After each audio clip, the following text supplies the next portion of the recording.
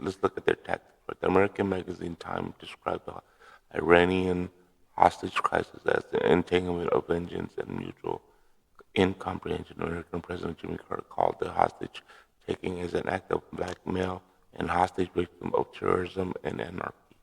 Among the proponents of the Iranian Revolution, it was seen as the act against perceived attempt by the United States to undermine the uprising against Iran's king, who had been accused of committing numerous human rights abuses against Iranian descendants through his Bureau for Intelligence and Security of the State.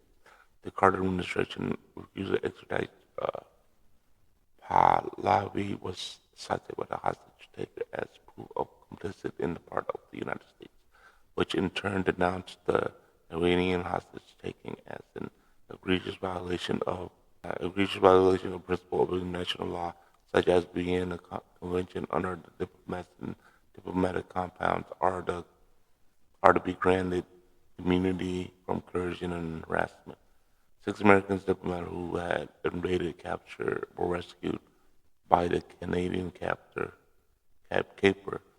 in January 27, 1980, as Iran hostage crisis negotiations dragged out and did not secure the release of the remaining hostage.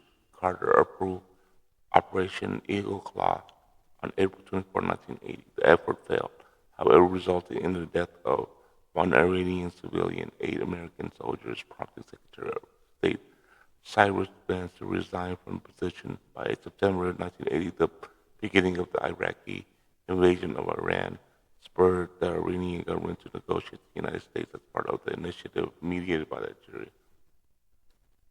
Political analysis cited that the standoff was a major factor of the downfall of Carter's presidency, culminated in the landslide loss of the 1980 presidential election.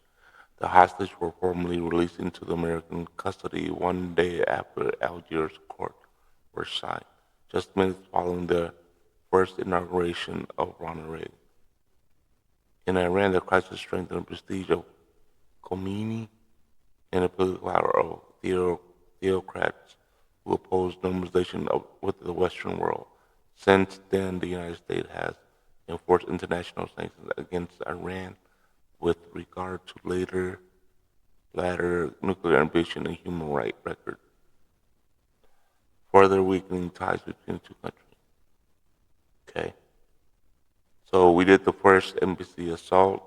They took a Marine, and then he was able to be negotiated by Jimmy Carter to be freed, but he was tortured